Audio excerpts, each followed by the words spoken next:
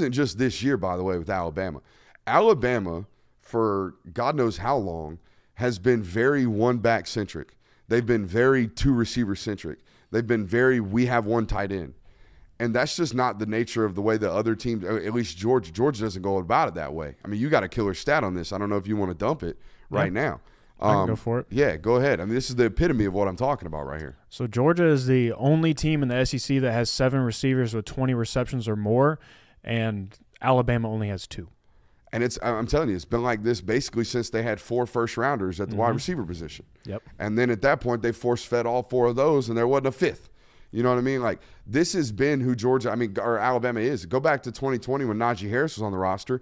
That dude was getting almost 240 totes a season. Okay, so they don't really do this secondary, primary feature back, secondary back. They don't do that. They got a one workhorse type football player, and they've done that across the board. And honestly, it's come back to bite them quite a bit in the last couple of years. And this is something, I know we're talking about injury report, and I think we should roll this conversation immediately into Georgia's injury report, right? This is the difference between these two football teams to an extent where I'm talking to Georgia sources today, and it was more like, dude, it's this point in the season. You shouldn't bank on injuries happen, but you should come to expect that they're going to be on your roster. It's December, and we've played 13 or 12 SEC football or SEC scheduled games. 8 conference games or however many hell it is. I don't always forget. And we've played a ton of football, right? Your injuries are a part of this sport, so I think it's behooved Georgia to be as well dispersed as they have been over the years. Yeah, I mean, I think it's exactly why, like, early in the season when you don't have Ladd McConkey available, and then in the middle of the season when Brock Bowers goes down, obviously you do take some of a hit because those two guys are immensely talented and they're the focal points of your offense when they are healthy, but you don't see this drastic drop-off where the offense doesn't have to change a whole lot, and Georgia is able to still remain productive against a tough stretch of the season when you didn't have Brock Bowers. It was a pretty looking back on it, he only missed 2 games. So it's pretty ideal that it was like, all right, bye week, Florida. Who else? He missed Missouri. And then came back for Ole Miss, which was nuts. 26 days after tightrope surgery. You got anything on anything further on McClellan or anything like that? No, I think we've hit all the. All right, let's get on to the injury report for Georgia because I know you guys want to talk about it. Kirby spoke to the media today via Zoom. I was getting my hair cut. Don't tell Claude.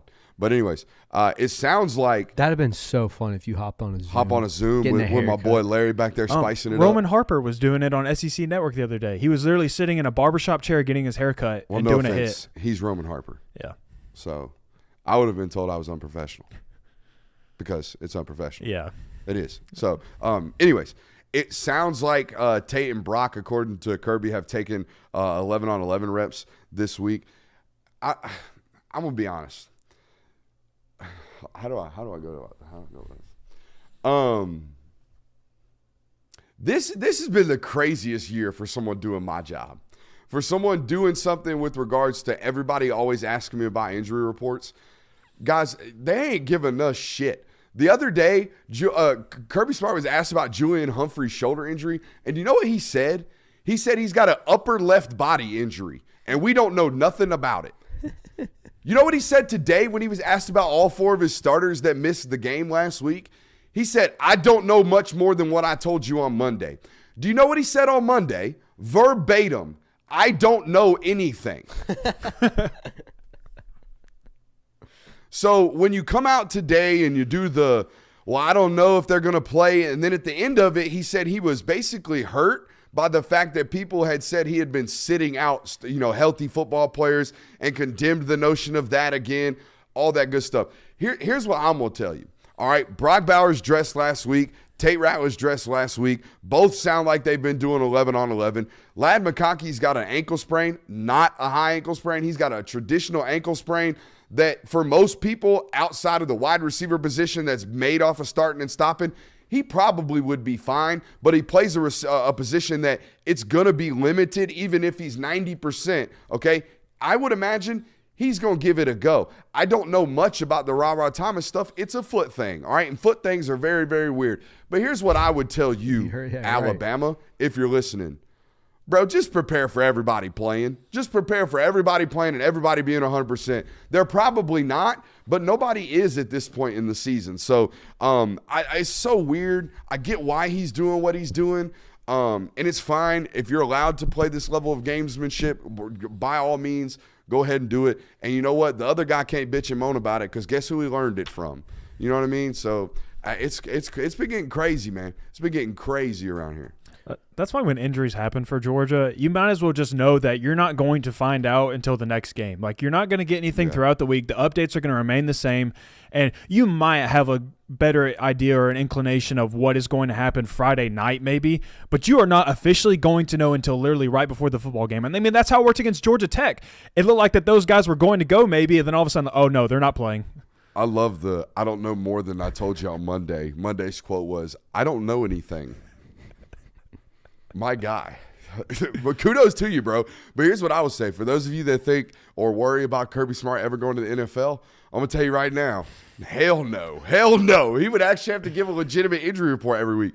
Did you know that Florida gives a legitimate injury report to the media every single Thursday? Wow. Ins, outs, probables, questionables listed with the injury. And they still don't like Billy Napier? They still don't like Billy Napier. They down there shitting on my boy He makes Billy. their job so easy. Oh, it makes their job so easy. And up here, we're out here just like, I don't know, it's upper left quadrant. And I don't know nothing. Coach, you seen the MRIs, baby. What you talking about? You don't know nothing. Whew, some absolute gamesmanship. Would you do? I would do it the same way. So absolutely. I've always said this. So for people listening, like Brooks complaining about Kirby, Brooks is not complaining about Kirby. Brooks is saying the system allows him to do this, and I would cheat the system. I would bend the system as well, not cheat the system. Ain't no way you'd find out who's healthy and who's not for me. Absolutely Oh, not. yeah, I 100% agree with that. But you prepare for everybody to be healthy if you're Alabama. Oh, yeah. Ain't no doubt about that. Well, you have to prepare for everyone being healthy, and you have to prepare for everyone not being healthy as well, because now it's, okay, who's going to be their go-to guy if Ryan Ladd don't play? Great. Now you have to do scouting on Arian Smith and Marcus Rosemi-Jackson. Run down what Dylan Bell's been doing lately. Exactly. What do we want to do? We want to talk about Georgia's record in the bins, the most satisfying way this thing goes down on Saturday, or do we want to play a little game of minimum maximum? Are you going to talk about this Carson Beck thing or not? Yeah, I'm getting to Carson Beck. Okay. I'm interested in that, but we can wait. I got a whole. We're basically going to break out Agent Brooks, which